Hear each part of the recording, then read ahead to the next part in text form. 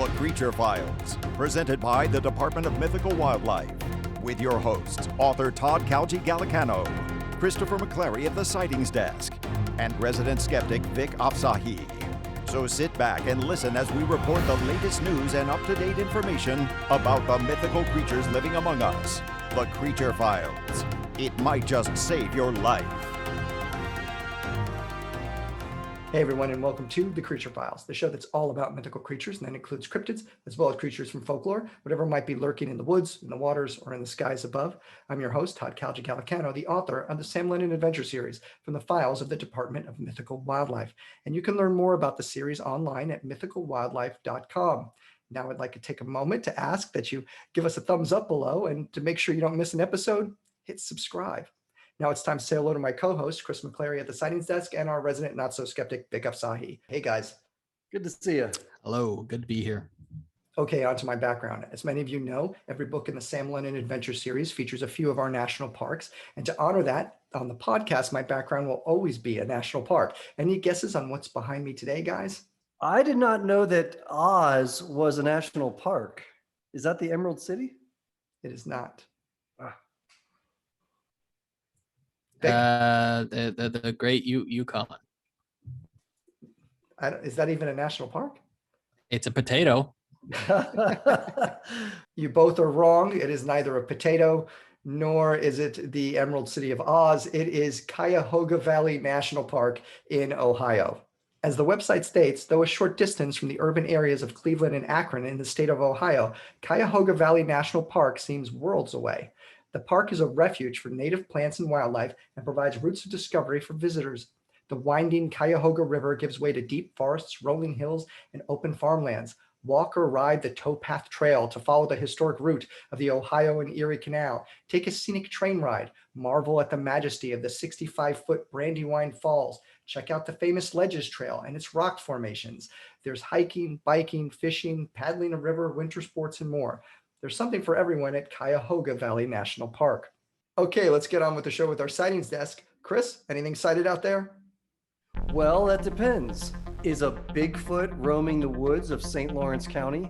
According to 113 New Yorkers in 2020 alone, yes, that is how many sightings there were in this area of the country. That is crazy. And I'm just going to describe one of the sightings in this article.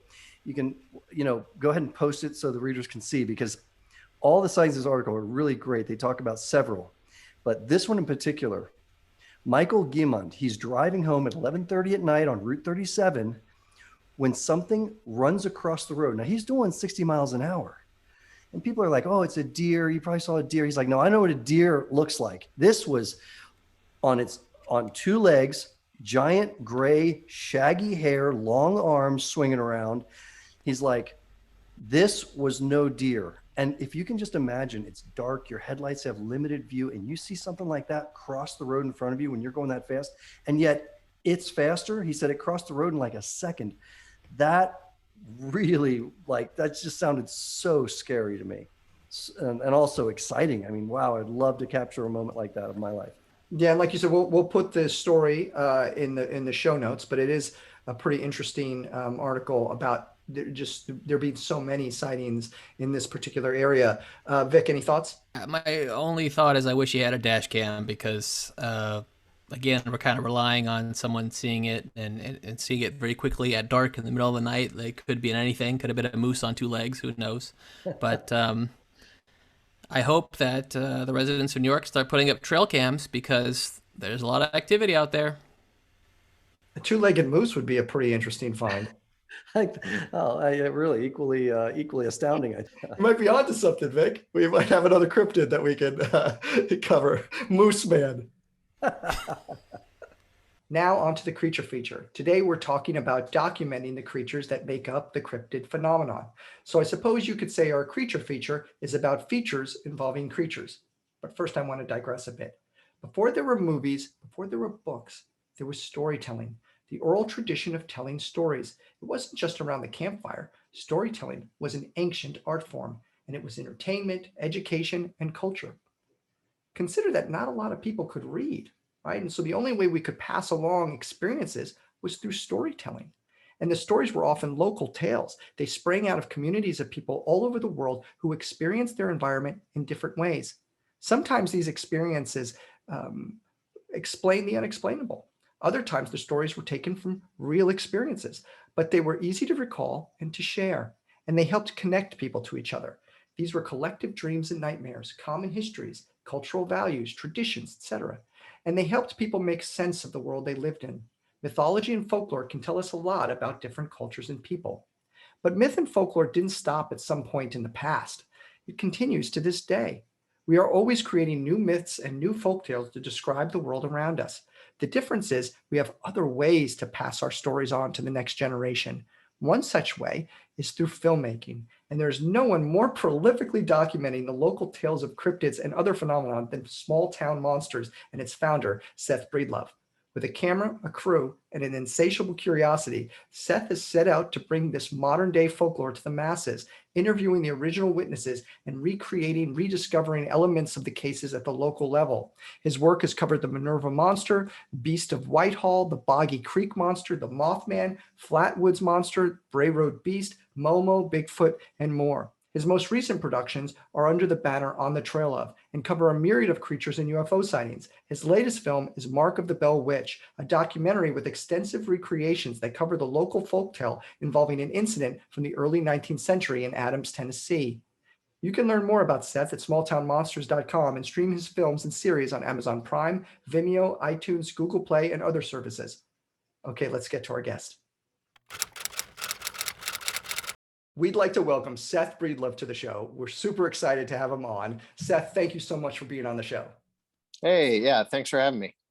So the first thing I like to ask everyone that comes on the show is sort of like how they got into this world. So was it an experience you had, something you read about? What was it that sort of brought you into the world of cryptozoology, folklore, mythology, et cetera?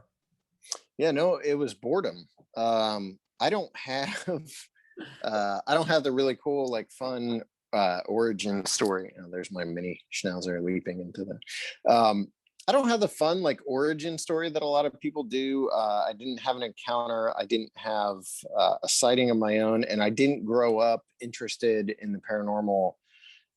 In fact, like I didn't even really become aware of the paranormal until my sister brought home a copy of the Mothman Prophecies by John Keel after she had seen the movie, and she only brought that book home because she liked Richard Gere, and so it's a whole thing. But that was when I kind of became aware of the paranormal, and even then it was just like a passing introduction to it. It wasn't something I stayed involved in, in any way. And what happened is I was working a lot of very dull jobs, like data entry jobs. And I had an inordinate amount of time to spend listening to podcasts. And so I at some point in there, I kind of like got interested in the paranormal and Bigfoot and stuff like that. And I would just spend my days listening to podcasts. I mean, it's funny because I talk about this and then I cast myself back to those days and I don't even know where I found these podcasts. I don't know what they were. Like they're the stuff that midway through there's like 20 minutes worth of ads for like gold and, like those kind of shows.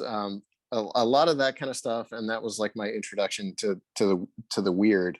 And I have this malfunction in my brain where I can't have a hobby without trying to somehow eventually involve myself in the hobby, like create my own kind of stuff. Like I did this with comic books and everything I've ever been into, I inevitably try to make it somehow my own.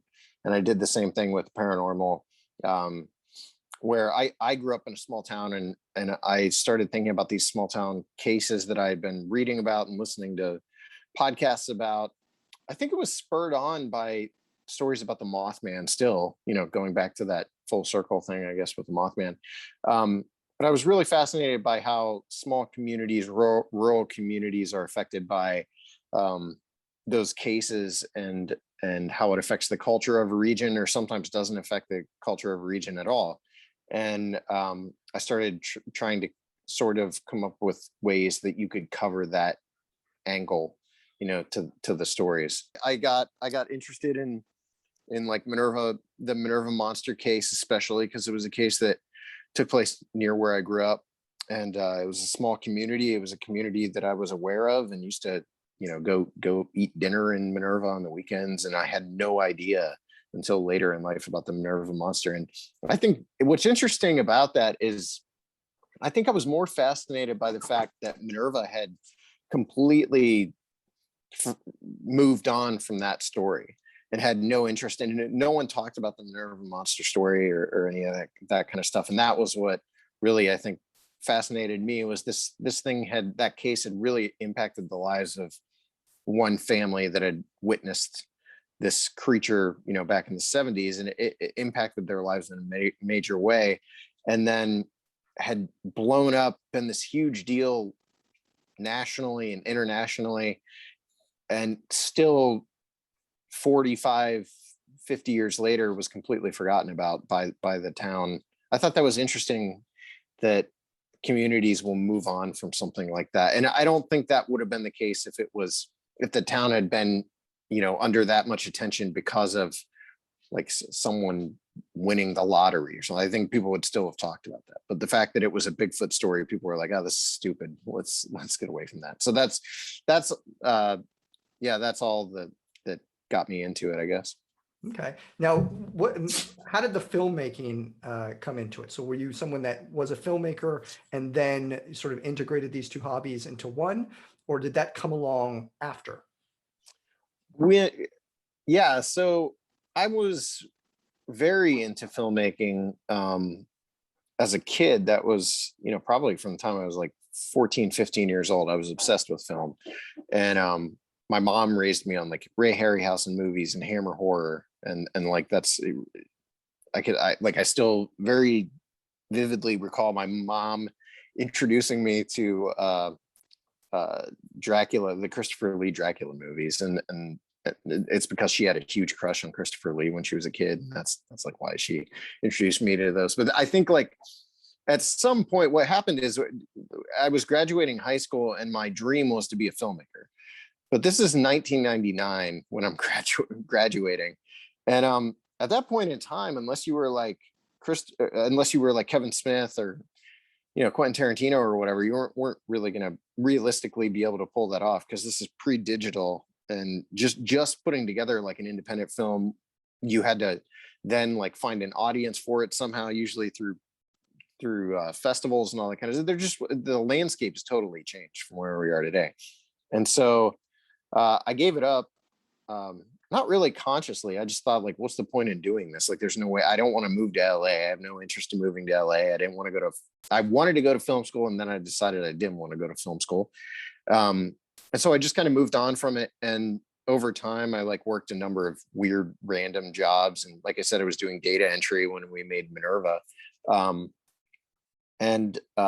What's weird is like, it wasn't until we had made Minerva that I even and premiered it that I even realized that we had made a movie. Like it never struck me that we were making a movie. It was just kind of like, we're doing this fun project together. Me and some friends are doing this project together. It was never like we're making a documentary or we're making a movie. It was just this thing, this creative endeavor we were on. But then when we premiered the movie, it had gotten so much press locally in Ohio that 1,200 people got tickets to see the movie, and we had to do multiple. We had to do 4 screenings in this tiny theater with no air conditioning in the middle of June or May, and it was hot, and we're showing the movie. But the weirdest thing was like the moment where I realized, oh, we made a movie was so I was backstage at the premiere getting everything ready, because we were so unprepared for this. Like we were running our own sound system and everything. And someone said, "Have you seen the line outside?" And I said, "No, there's a line." They were like, "Yeah." And I went out the back way and I like snuck around this alley and I came out. And as I was coming down the alleyway, I see people like stretching down the road in front of me. And I came out onto the main street, and they were stretched like probably more than a block down the road. and it looked like it looked like the premiere of Star Wars. Like it was, in retrospect, it's probably the most ridiculous like event we've ever been a part of, because there were so many people crammed into this downtown, and the 1,200 people that saw the movie, that was just 1,200 people that managed to get into the theater. There were probably a couple thousand people in that town that day. The town had refused to shut down the street that ran like right through we had vendors and everything. We had put this whole thing together, and but that was where I realized, we had actually made a movie. But it was all, for sure I was pulling from, subconsciously, I guess I was pulling from my love of film, from when I was a kid. And part of that now is that that my friend Zach, who's my director of photography on a lot of the movies, Zach and I met and became friends. And today he is my oldest friend. We met and became friends because we both wanted to be filmmakers. We met outside of a Borders Books. I was holding a New York Film Academy flyer, and he saw me holding the flyer and came up and started talking to me about filmmaking. And so that's been kind of cool, because we've stuck together, and we've talked about this before. I don't think we would still be, we might still know each other, but I don't think we'd be as close as we are if not for the fact that we make movies together, because that's like how we get to interact with each other on such a frequent basis. So it's, I always wanted to be a filmmaker, and I guess I just fell face first into this. Watching your movies, I sort of consider you so this modern day folklorist. So, back in ancient times, we had storytellers, right? The oral tradition of telling stories. And now you have taken these local stories and using a contemporary medium like film, you're telling these stories to new generations. Do you ever think about that? Did you ever stop for a moment and go, I'm documenting folklore, for ages to come? Well, I think, no, not initially, but I think since the first couple of years, I think we have leaned into that pretty heavily. Like I think initially there was sort of maybe a loftier idea of what we were doing, or from my end anyway. Maybe there's a loftier idea of what we were doing, where I was very big on trumpeting. We're documenting, like, this is documenting this case, and if we don't do it, no one will. But the fact is, like, that is true for cases like Minerva, but not every case that we cover is going to disappear if we don't cover it. So to talk about how we're documenting it, someone else would have, like, that's the short end of that. Like, Travel Channel would have done it, or someone would have done something. So what's interesting about that, though, to me, is that I think the reason I never considered Minerva a film and thought about it as directing a film until it was out was the fact that I was so focused on the storytelling side of it, and the retelling and how to tell that story. And just as a filmmaker, or a documentarian, or whatever you want to call it, the most important part of what I do isn't like telling people where to put cameras and lights and all that stuff, because you can watch our earliest movies, it's pretty obvious we had no idea where to put lights and like where to put the mic. Like, we had no idea about any of that, but the most important thing is like how to tell the story in a way that an audience will respond to it, and the best way to put that in front of an audience. And so for me, I never call myself a director. I refer to myself as a filmmaker, but that's bigger than just one movie. Like, that kind of goes beyond just the project that we're working on at the time. The biggest thing for me has always been storytelling, because as long as I can remember, I have been a storyteller. When my brother and I were kids, we used to do a magazine that we would write and give to friends and family, right? And then beyond that, I wrote screenplays when I was in high school, and I wrote short stories. I took a children's writing course when my parents' business that I had worked for years went under, because all I knew is like, okay, I've only ever worked for my mom and dad. The only other thing I've ever done is write. So I guess I should try to turn that into a living. So I took a children's writing course, and then I wrote for newspapers when we made Minerva, a lot of what went into making Minerva was informed by my time writing for freelance reporting for local newspapers. And so I didn't know anything about filmmaking at that time, but I did know, I guess, how to tell a story. And so that's like, I think I always say anyone can make a movie. Like what goes into actually making a movie, to me these days, the way things are today, the technology that's out, it's very simple for someone to go make a movie, but to tell the story that is needed within that movie, that is another trait that not everyone has. And it's not, I've been wrestling with this because there's a lot of people starting to work with STM, and I'm kind of looking for like, okay, well, who can start helping with editing and things like that. And I'm realizing like that is in a way, it's a gift to be able to, and I'm not tooting my own horn here. I think it's a gift that it isn't necessarily that you have to be born with that, but you have to have a sense as a storyteller of how to tell a story. And so for me, that is the most important part of what we do. And it's how we go about sort of telling these stories and reciting these stories and putting stories that have been around for decades or whatever in front of an audience.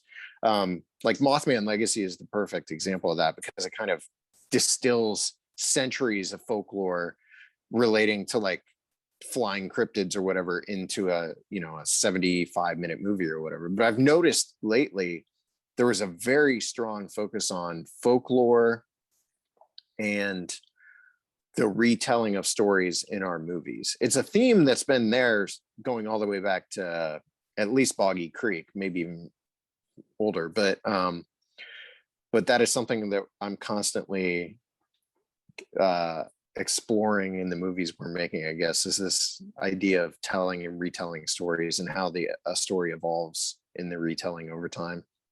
I don't know. That was a really convoluted answer. That was great. What I would say is, talking about you documenting these things. Yeah, I mean, I could see other people doing it in the Travel Channel and stuff like that, but it wouldn't be the way you do it. And one of the things that sort of differentiates what you do, and it's the name of your company, Small Town Monsters. I mean, you grew up in a small town, right, in Ohio, so you have a connection to small towns in a sense. The people, the stories, how to talk, how to get connected into that sort of local community, which is so important for telling these stories and getting people to trust you to talk about this stuff, because, otherwise they're going to be thought of as, a little crazy. They don't want to talk about it, but you've done a great job of capturing these local stories. That not, I don't know if a lot of people would have, the Travel Channel might come in, but they would, they would have a different take, Yeah, it's interesting that what you're talking about is something we've been talking about lately, because my researcher at STM, Heather, and I, we did a couple episodes of my podcast where we were talking about that. And like, the fact is, when we communicate with witnesses and quote unquote experts, locals, that kind of thing, like what we're coming to them, the way in which we approach them is completely different from the way the Travel Channel approaches them. The Travel Channel will call them, ask them if they want to be involved. If they indicate they don't want to be involved, the Travel Channel will offer them $1,000, whatever. Like, that's how it goes. Because I've been on the other end of that, and we don't do that because that's not a possibility. So people ask, like, how do you convince the people you do to be in the movies that they are? Like, I keep going back to Minerva, but that was our first movie, and the people we involved in that movie, especially Howie Caton, who was a member of the family that had encountered this Bigfoot back in the 70s. He had never been on camera, never wanted to be on camera, had no interest in telling the story publicly. But I built this relationship with him through months of like talking to him on the phone and having him tell me a story, even going to his house and talking to him and his wife and like just hanging out with him. And we had built this, like a friendship. So when I asked him if he would be involved, he was more open to the idea. I wouldn't say he was like jumping at the opportunity or anything, but he was open to the idea of being involved. And, you know, his wife and I were able to kind of like nudge him in that direction. And that's happened multiple times. Like we made a movie about the Flatwoods Monster. And of the original witnesses in that story, there were 7 kids. Well, I guess 7 people that were in the town of Flatwoods, West Virginia, back in the 50s. They encountered this object on a hill with a 13-foot tall monster that, you know, that came at them, and they all took off running. Of those witnesses, there's only 2 living witnesses, and they're brothers, Ed and Fred May. Fred May has told his story on like Monster Quest and a couple other documentaries. Ed has never spoken about it. In fact, Fred told me that the day we shot an interview with Ed was the first time he'd ever even heard him tell the story himself. And these are brothers who were there that night together. And the way that worked out was I found out that Ed owned this historic home, and he was apparently like a Civil War buff. And my parents had owned a historical book store, you know, like for most of my life, they had owned this historical bookstore. So my dad was a bit of a Civil War buff. So I took my dad to shoot this interview with Fred at Ed's house. My dad and Ed hit it off. And then when I asked Ed, I was just like, do you have any interest in being in this? He was like, I'll do it because of your dad. And I was like, all right. So like, there's a little bit of luck that goes into it too, but our approach to that is totally different from something like the Travel Channel. And I do think because of that, I think we can maybe get a little bit more of like an honest take on it. I don't know if that's true or not. Maybe it's just the fact that we don't mess with their retelling in the edit too much. But to me, it seems like they're more honest with us when we sit down for an interview. Well, I mean, I also think it has a lot to do with, you know, you're not looking to exploit them for, you know what I mean, for a TV show that's going to sell ad time, et cetera. You're coming in to hear these stories. You know, we had Cliff Barrickman on. He talked about the stigma that he encounters in finding Bigfoot, and then we also had Lyle Blackburn on. We talked about, you know, the stigma that happens with people coming forward or people not coming forward and telling stories, and how many stories sort of get left by the wayside because people don't feel comfortable sharing it. And he's had, you know, Lyle's had some good luck with you know, getting people to talk about these stories. Boggy Creek Monster example, there was a couple of people that had never, you know, talked about it that came forward and talked about it. So this is a great example of how you might have sort of maneuvered around some of that stigma. How else, maybe you could talk a little bit more about how else you handle that when you encounter it. Well, yeah, well, honestly, it really does boil down to just building a relationship with the people. I mean, I think we were just talking about this past week. So when we finished Minerva, I would still talk to Howie. Like the movie was over and I'd still call him. And I know Heather's experiencing that as well. Heather did research for our On the Trail of UFOs Dark Sky movie that's coming out on August 3rd. She put together this insane list of like 16 witnesses in that movie. I mean, it's like loaded with witness stories. And there was one story in particular, one witness that she built up like such a relationship with that they call each other still. Like he'll call her out of the blue and be like, you know, like, how's the move going? How they'll exchange life information with each other and check in on one another. And I really think, like, end of the day, that's the most important thing. TV they want to tell your story, but they want to tell your story in like the spiciest way possible, right? And I get it, like, you know, and they'll do whatever they have to do to make it that way. I have friends who've been involved in these.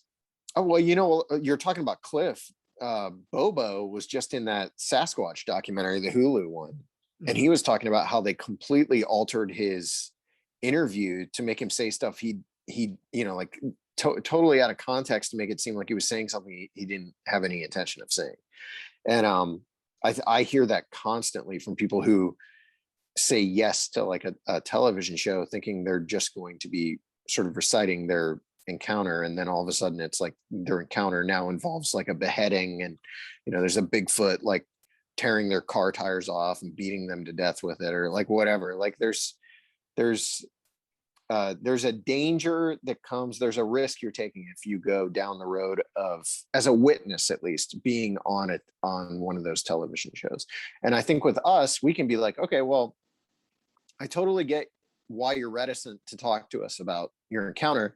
Watch this movie of ours, or like watch this. We've got like 20 movies. Go watch any movie of ours and you'll see like our approach to witness interviews. And so we have a track record now that, honestly, the track record we have probably extends beyond a lot of the cryptid shows that are on television. I mean, you get a lot of like one season shows on the Travel Channel with like 6 episodes, and we've got a hours and hours of content, that we can point people toward to see what they're getting into. I want to know about your approach. So from the initial idea, how do you come to it? When do you decide sort of what creature, what local story you want to delve into? And then what's the process till the point that you get the cameras rolling? It kind of changes with every project. And it's funny, I'm just now starting to figure this out, but I'm starting to figure out like what I should be doing, so that because we work on 4 or 5 projects at any given time, and that's actually probably underplaying what's going on. We're building the YouTube channel this year. Like tomorrow I'll have 6 people in the office filming stuff while I'm in there editing something else entirely. We leave on Friday next weekend to go film 2 episodes of our hauntings episode, and I'm in the midst of like trying to frantically wrap up another project that's under a deadline. We just wrapped production on our Rougarou movie last week. So we started having story meetings for our project that hasn't even been announced yet. And then like tonight on the drive home from a friend's house, I was talking to my wife about how I really want to work on this project that has nothing to do with the paranormal. It would be completely outside the paranormal.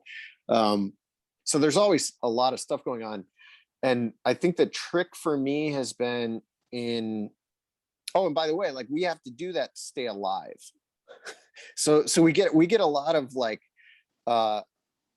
people saying, well, you're doing too many projects, like you need to chill out, like take 1 or 2 less projects, like do this and that. And it's like, oh no, see, the changing landscape of truly independently distributed, or like distributed through 1091, whatever, like it is a nightmare for creators navigating this, and it gets harder every year. And so we actually are to the point where we do as much as we do so we can continue to grow as a company and continue to do what we love, and hopefully continue telling stories. You're evolving year to year.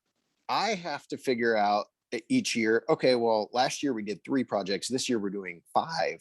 How do I get myself emotionally invested in every one of these projects while I'm like editing one, while I'm shooting the next, while I'm doing pre-production on the one after that? You've got to figure that out.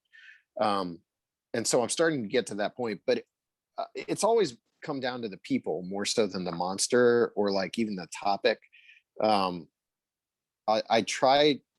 I hope I can find an in to the story, and usually that comes from a human, like the human aspect of it.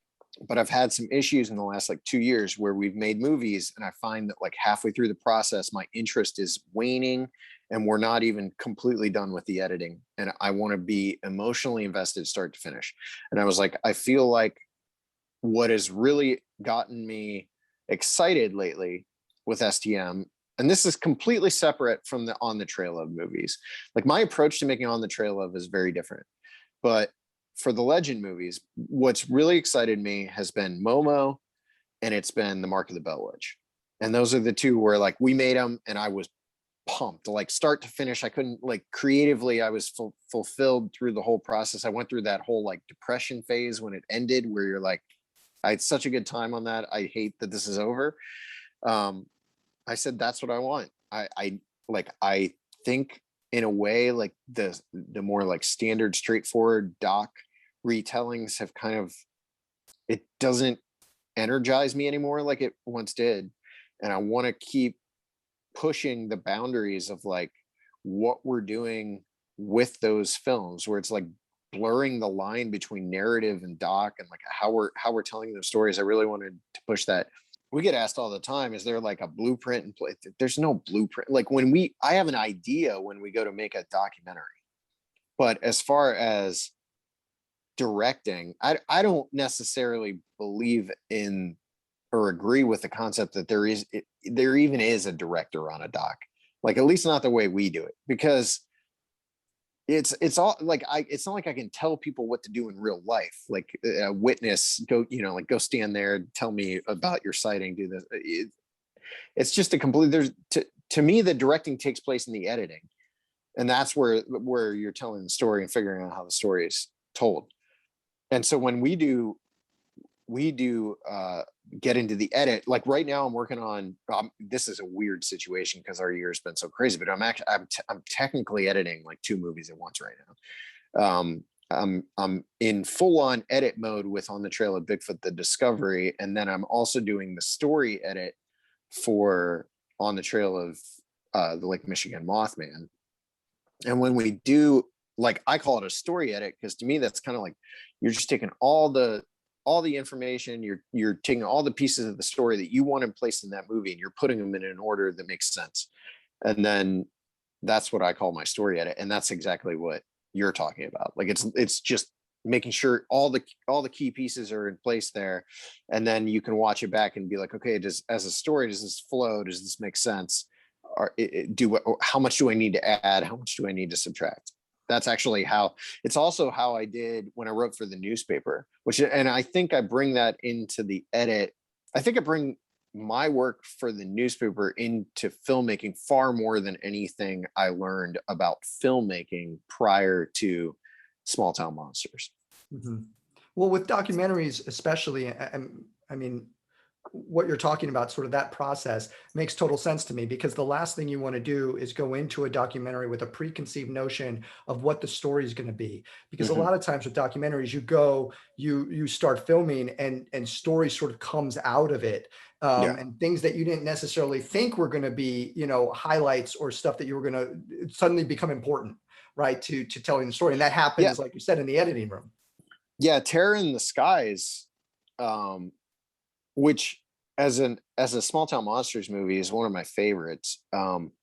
There's things about that movie that drive me crazy. Like if I could, it's like the STM movie I would remake. Not necessarily because I don't think it's one of my favorites, but there's like all the animation I would reshoot live action. Like if I could go back, all the little like snippets of people seeing birds in the sky and stuff, that would all be live action.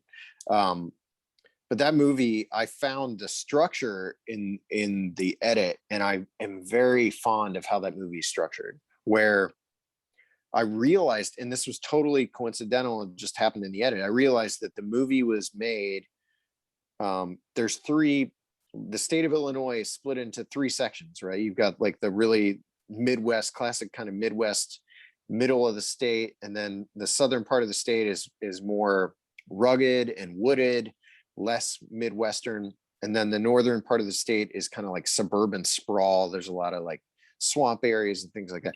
I realized that the movie could very easily be split into these 3 chunks that sort of followed different sightings through each section of the state. And the best thing about that was the way to tell that, the way to dissolve that down flowed chronologically. So in the 1940s, the sightings that were taking place in the South, that's the southern part of the state. So that's Act 1 of the movie. Act 2 is the middle part of the state, which is the 70s, and then present day is the northern part of the state. And you've got the Lake Michigan Chicago Mothman sightings, and it kind of like all clicked together. And then there's this thing in that movie. The movie opens with this little kid in a barn who wants to be a pilot or something. It's just like this. It was my like Spielberg opening, but it's that opening and the way that movie ends is about what happens if these stories aren't told. Like the little boy that you see in the beginning of the movie, at the end of the movie, he runs across this field or something and then just disappears. And that was like my way of saying these stories disappear if you don't retell them. So anyway, that's like one of my favorite movies, but the whole point of that is that was totally like that story came together. The structure of that movie, everything came together in the edit totally by happenstance. I just want to circle back and acknowledge something, and you're sitting on a couch, so this is sort of like analysis. It works pretty well. So you loved these creature monster movies as a kid. You loved filmmaking. Your parents owned a historic bookstore. Yeah. And so do you ever think about that, where you are now, where you're using your filmmaking, your love of filmmaking, your love of, these creatures and monsters, and you're documenting history and telling stories? It goes beyond that. Like even the way I live now is very similar, or my son's 4 years old. The way he's growing up is really similar to how I grew up, because my parents did book shows on the weekends from like April to November every year. And so I grew up going to book shows from the time I was like 5 until I was 16 and was old enough to stay home with my sisters. So like the way it's a weird, like full circle kind of thing. I mean, I guess, like my parent, it's also worth noting, like my parents supported this for when I started making this. They were like my biggest supporters. Like they went to everything, every event we did, everything. My mom would run the table for me when I was selling DVDs and stuff at events. So it is like, it's obvious where all this comes from. I have more questions, but I want to bring in my co-hosts real quick and see if they have any questions as we move along. Vic, Chris, anything? Yeah, I definitely have a few thoughts rolling around here. And Seth, it's such a pleasure hearing you. You are such a storyteller, and just in the way you communicate everything, it's really enjoyable to listen to your stories and how you express yourself. One question I do have is, on these productions, I would love to hear a little bit about maybe a story or two, and maybe Todd was going to get to this, but any, like some of the weirdest stuff you've had happen on or about the set. So this is, again, like this is one of those things where I feel like I'm failing as a storyteller, because we just don't have the like really crazy stories. So on the trail of that series, I feel like we're starting to get there, especially with like the Lake Michigan Mothman shoot we just shot. We just finished back in May. I mean, that's probably the weirdest, honestly. And that's saying something, because I was in 2018, I had something throwing rocks and screaming at my tent in the middle of the woods, in the middle of the Ouachita Mountains in Oklahoma, 9 miles from many paved roads, no humans around. Something was throwing rocks and screaming at me. But I would say the weirder thing is we were in Chicago making a movie about, and this is going to be a big part of the movie, so I haven't really talked about this anywhere else, but this was just last month, or well, I guess it's July. I have no idea what month it is, guys. I like month to month. I'm so turned around right now. But we were in Chicago. We were staying at the I forget the name of the hotel. It's like a really famous hotel. It's like the Al Capone Hotel right down off Michigan Avenue. It's like one of the old ones. But anyway, we were there, and I was there with my crew. There's like six of us there. They were all hanging out, and I decided, it was kind of late. It was like 10:30 at night. And I was like, I think I'm going to go outside and shoot some B-roll, just to get it. And so I grabbed my camera and I went outside, and I had my camera set to 120 film frame rate, so I could shoot, like steady or slow motion or whatever. And I walked outside, and I hear this flapping sound. Keep in mind, we're there to make a movie about the Mothman. I hear this flapping sound, but it sounds so loud. It sounded like thunder. I'm not exaggerating. I mean, I probably am, but not intentionally. And I turned, and this whole moment like plays in slow motion now in my head too, because it was so weird. But this road, so we're right off Michigan Avenue, this hotel. And when I walk out of the hotel, there's a line of taxi cabs on the side of the building there. There's like 2 or 3 taxis. There's people unloading vans. There's probably 25, 30 people outside this hotel when I walk out. I seem to be the only person that noticed this thing. So this thing's flapping. I turn with the camera, hit record. I think I might have muttered something like "no way" or something like that. Turn with the camera to film whatever this thing was, and I don't know what it was. To me in this moment. Now I'm not saying this is what it was, but in that moment, as it happened, the thing looked like it was as big as a person. And its wings were massive.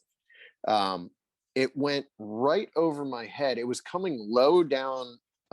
So Michigan Avenue, it was coming from the lake, from Lake Michigan.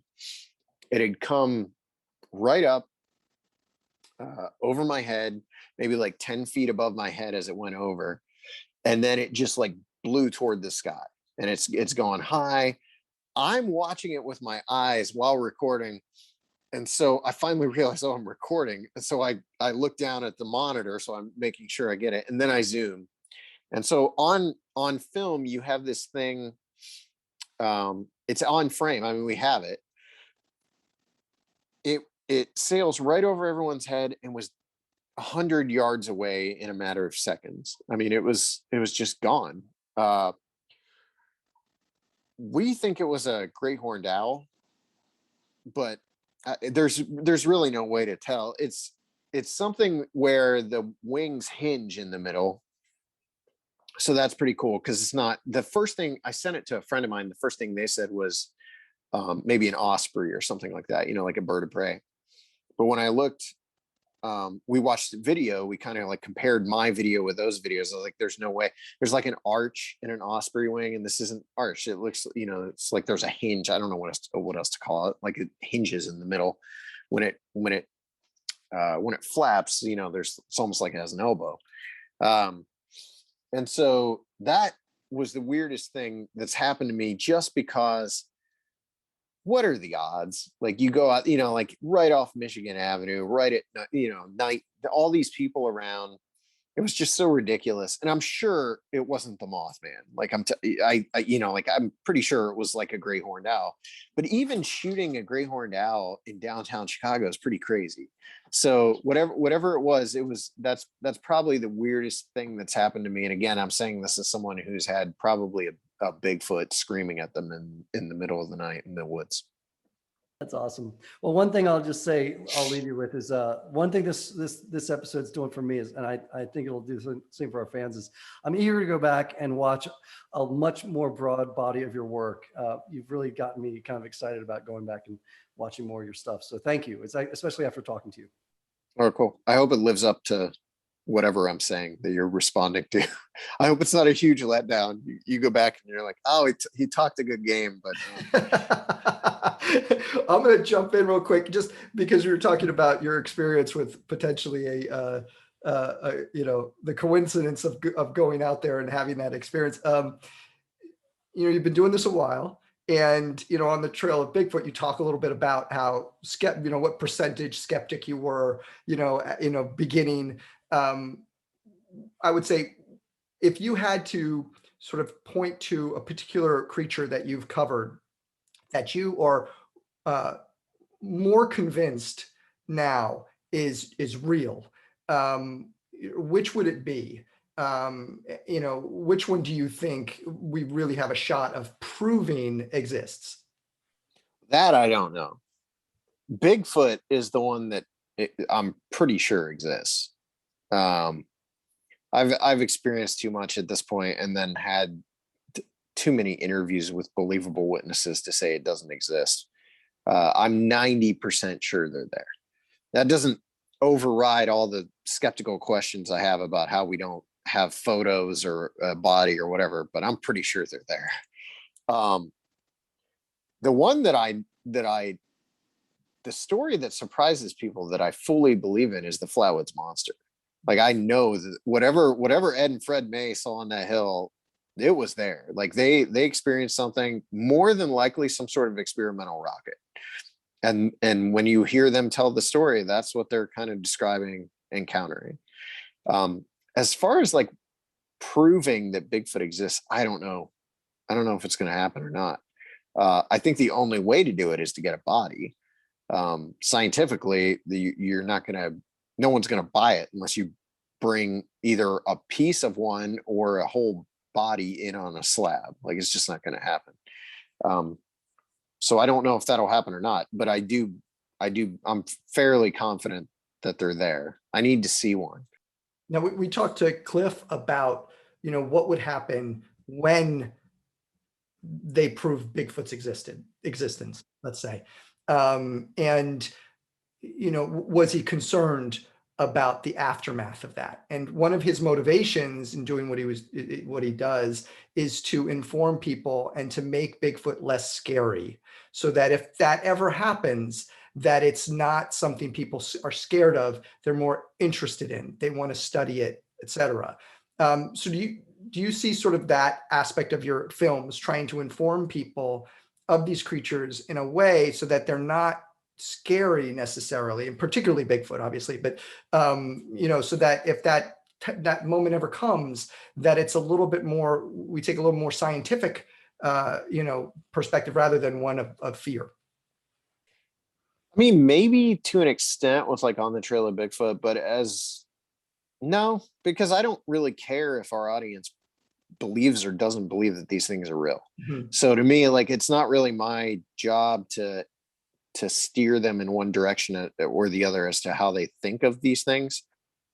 And no matter what, the idea of like a 7 to 8 foot tall giant ape in the woods is horrifying. Like, if you really like think of what that means, and I love it. Like that's, to me, that's what keeps me going out. And I think a lot of people would be like that if they knew they were there. I think they'd go out, just maybe I'll see one.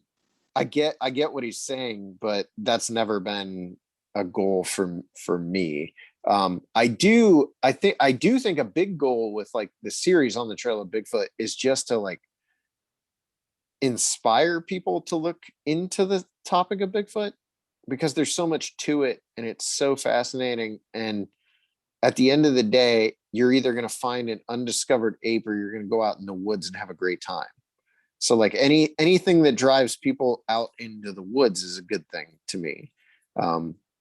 So I think that's the ultimate goal of that series, is to be like, hey, we get it. Like, this seems ridiculous on its face, but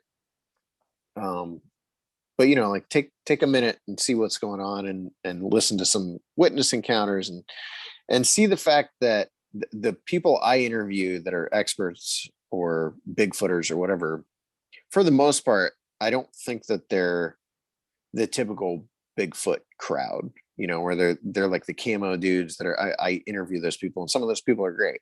But we try to interview kind of a broad range of people. So, like there's completely normal people that find this stuff fascinating.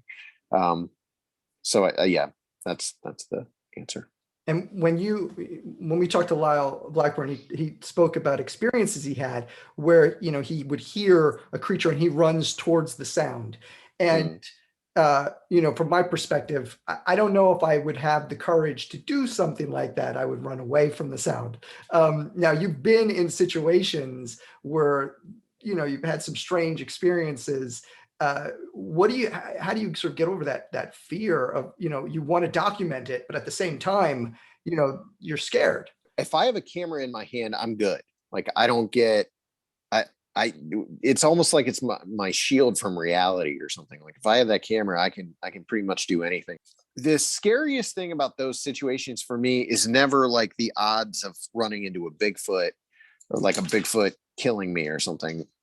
It's that when we're in those places, very often they're places where you really shouldn't be running off into the underbrush after dark or whatever, not because of a Bigfoot, because there could be a mountain lion, there could be a black bear, there could be rattlesnake. Like when we were filming on the trail of Bigfoot, the journey, we climbed this isn't in the movie at all because it wouldn't have not had a place, but there's a big moment in that movie where we had climbed this mountain. We got to the top of this mountain. This was after months of lockdowns during COVID, and like we're all out of shape. We reached the top of this mountain, and like it's a very, like, for us at that place, it was a very inspirational moment, triumphant kind of moment. We did it. Like we reached the top of this 3-hour climb. We're all exhausted. I walked off to this area by myself, to have like a meditative kind of quiet moment alone. I'm standing there and I heard something shake, and I looked down, and right near my foot was a timber rattler. And like that, it's like, that's the stuff that is scary in those situations, that keeps me from just charging off into the woods. And even in Area X, it wasn't the fact that something was throwing rocks and screaming at us, because I actually was really excited when that happened. It was about 2 a.m. and I had a vicious migraine that had not gone away since we had gotten into Area X, which has nothing to do with big. People are always like, well, was it infrasound or something? No, like if I'm on a shoot, I usually have a migraine at least a couple of days. So we're in there for 2 days, and I had a migraine both days, and it's 2 a.m. and I just started falling asleep, and all of a sudden there's this crash, and then there's a whoop, and then there's what sounds like a gibbon laughing that goes for like 20 seconds. It's full. I mean, like it sounded like a person doing it, but it's like, on this cliff, and it's echoing across the valley. As soon as that rock hit and the thing whooped, I sat up in bed and said, oh, stuff's about to start. And I was pumped. Like I was smiling, and then, like everything else happened. And what kept me from running out and running up the hill where I knew this thing was the fact that like a week before they had seen a mountain lion up there. And so like it's not really, I don't know why that is. Maybe it's just because I haven't seen one for myself. I mean, my worldview could totally change when it relates back to Bigfoot. I could be so scared after I see one that I never go in the woods again, because I've heard of that happening. But yeah, in that moment, I think I'm much more afraid of the animals that I know 100% do exist and are in these places than the Bigfoot. So Vic, do you have any questions for Seth? Yeah, and thanks again for coming on. This is like a real treat for us, and it's just fascinating to hear just the whole process and just the amount of experience you have documenting all this stuff. Mm-hmm. As far as the scary stuff that involves things that you're actually searching for, was the Bigfoot throwing the rocks and the whoops like one of the scariest, or is there something like even scarier than that you've encountered? I mean, I'm trying to think of anything scary, because to me, like, we just haven't, like, that incident wasn't scary to me. Like right. I said, like to me, that was like, I've always said it was a natural creature doing its natural thing in its natural environment. And when it happened, it wasn't like, it didn't, I mean, maybe it should have scared the crap out of me, but it didn't scare me when it happened. It was just like, I was excited and I felt everything shift in me in that moment. Just as far as my view of that subject, like you felt everything. Oh crap. Like I was pretty convinced these things weren't real. I was like 20%, 30% that these things were there. And nothing else in the woods is throwing rocks and screaming with this volume and power at that time of the night where we were. You'd have to have a death wish, because the people we were with are armed and they would be happy to shoot whatever that is. So you'd have to have a death wish to do it. And we knew where every single person that was in our group was. We saw them all seconds later. One of them burst out of the house with an assault rifle and in his underwear. So like we knew where everyone was. So that incident wasn't really scary. I'm trying to think if there was some scary stuff when we got in there in Area X. And it isn't in the episode, but I do have it on film, and I'd really like to someday release like an extended cut of that episode. But Daryl and Brian kind of sat us down and gave us a rundown of what happens if they shoot one while we're in there. And that was kind of like, I mean, it was weird and trippy, and it seemed like at the time it was kind of like, oh, this is maybe a little over the top. And then you start thinking about the reality of it, and it's like, oh yeah, if you kill one, what do the others do? Like, what do the others do to you if you kill one? Like, if you shoot, let's say you shoot, the big thing that they kept talking about is like, they really don't want to shoot a young one.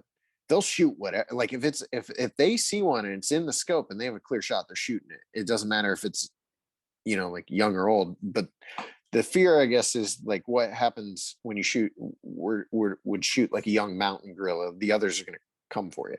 And it's the same situation, but you're talking about 8 foot tall apes in the woods that, probably weigh like 400 pounds, 500 pounds, something like that. So that was pretty scary, actually, just thinking about that in a realistic way. So that's a good point. Like with Bigfoot, it seems like, where there's smoke, there's fire. Even if you don't see the fire, the smoke is the evidence. And it seems like with a lot of investigators, they're seeing so much smoke that they're pretty convinced that Bigfoot exists, even if they haven't had, scientific conclusive proof yet. Is there anything else that you are fairly convinced that there's a high probability of its existence, similar to what Todd was asking, but more along the lines of like even amongst your paranormal work and things like that? I mean, UFOs are real, obviously. I mean, they're unidentified objects in the air. We know that. So that's real. I mean, I've always thought there are Thunderbirds. I don't think Thunderbirds necessarily need to be a species of undiscovered massive bird. I think there are not even offshoots. There are, there's just birds that grow abnormally large. And I think that could include like a 10-foot wingspan, a 12-foot wingspan, something like that. I think that happens. I think that's about it. With Bigfoot in particular, there seems to be two camps. Well, maybe more, but there are those who think it's just an undiscovered species, and they're looking for it. And then there are those who kind of weave in the paranormal and think that there might be interdimensional beings or whatever. Do you fall on one side or the other with that? Or yeah, I mean, to me, it's pretty clear that it's like an undiscovered ape.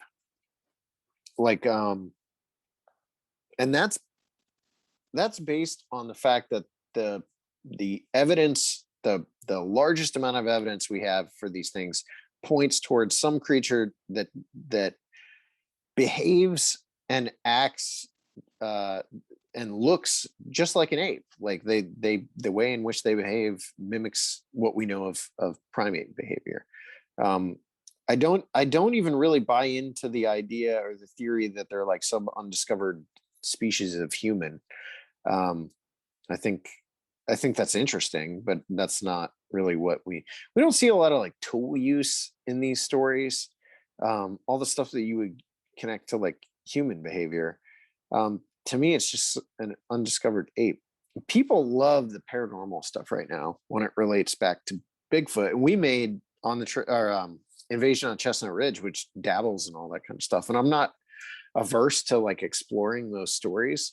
I'm very interested in that stuff. Stan Gordon, who's like the leading, to me, investigator when it comes to the really weird, like out there high strangeness Bigfoot stuff, he's like a good friend of mine. We call him Uncle Stan. Like, he's a member of the STM family. But at the end of the day, those are rare cases. Like I always come back to, there was a big Bigfoot investigator here in Ohio named Don Keating. And Don investigated reports for like 20, 30 years.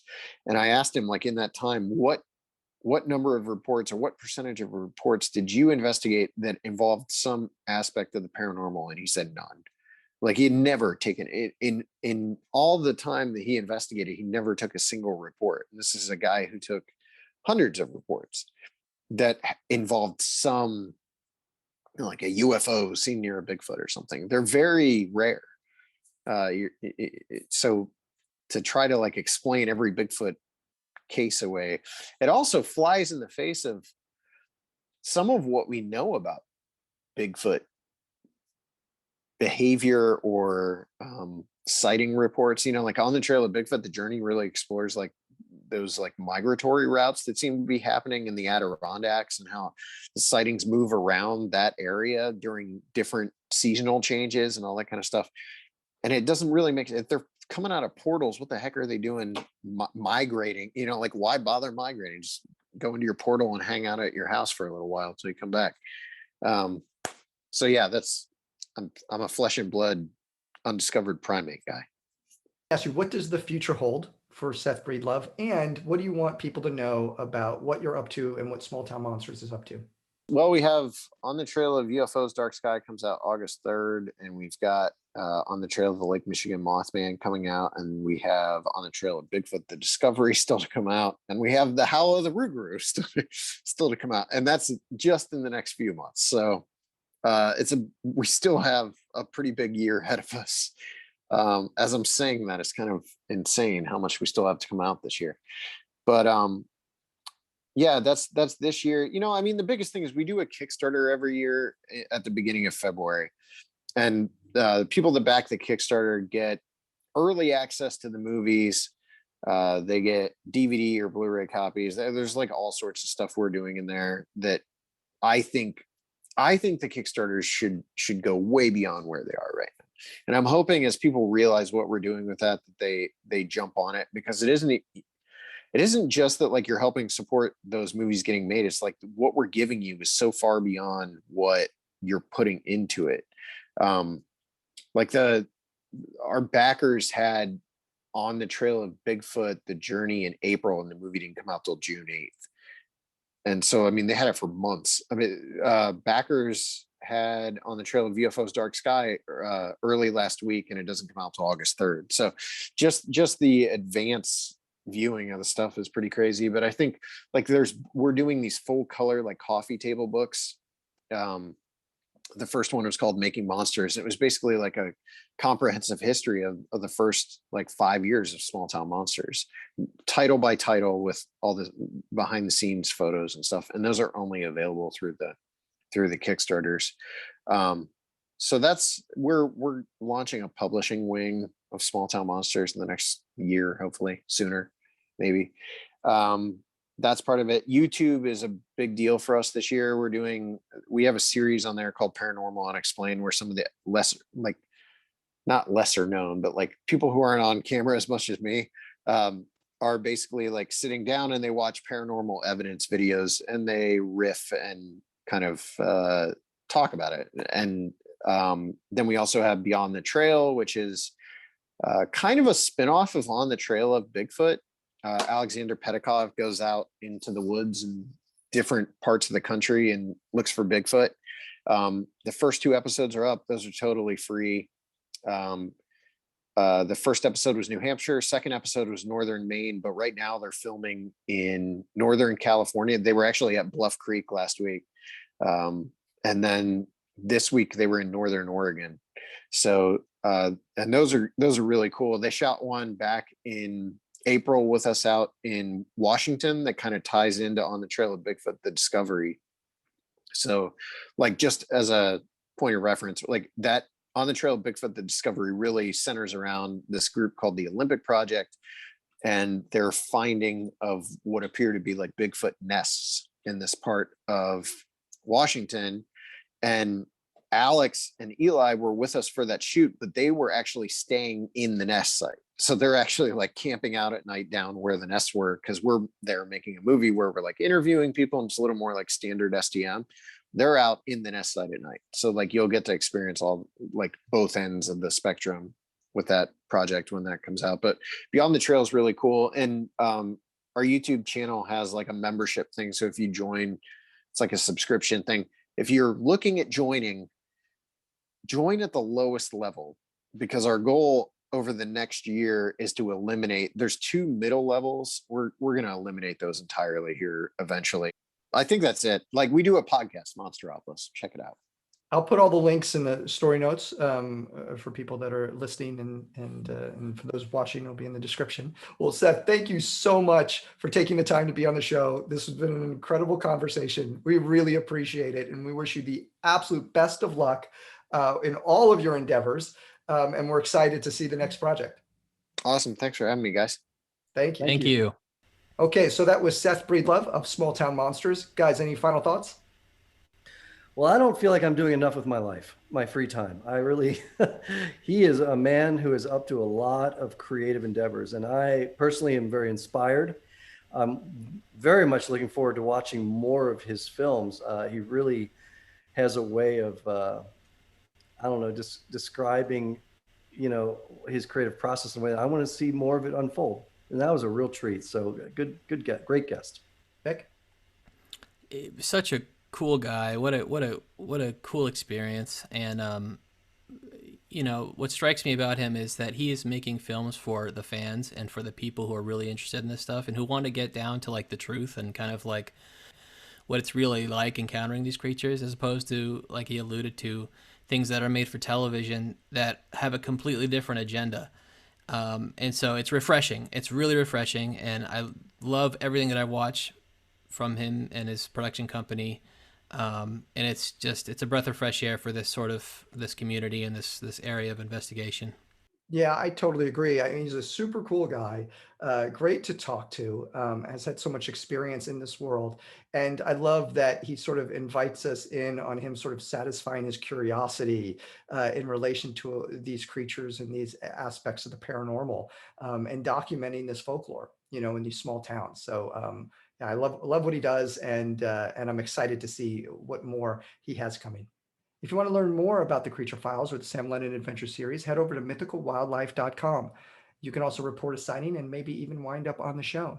And don't forget to subscribe to our YouTube channel so you never miss an episode of the Creature Files, and visit us on Facebook. Thanks again for joining us for this episode of the Creature Files. And until next time, always remember to heed your call to Adventure. The Creature Files. It might just save your life.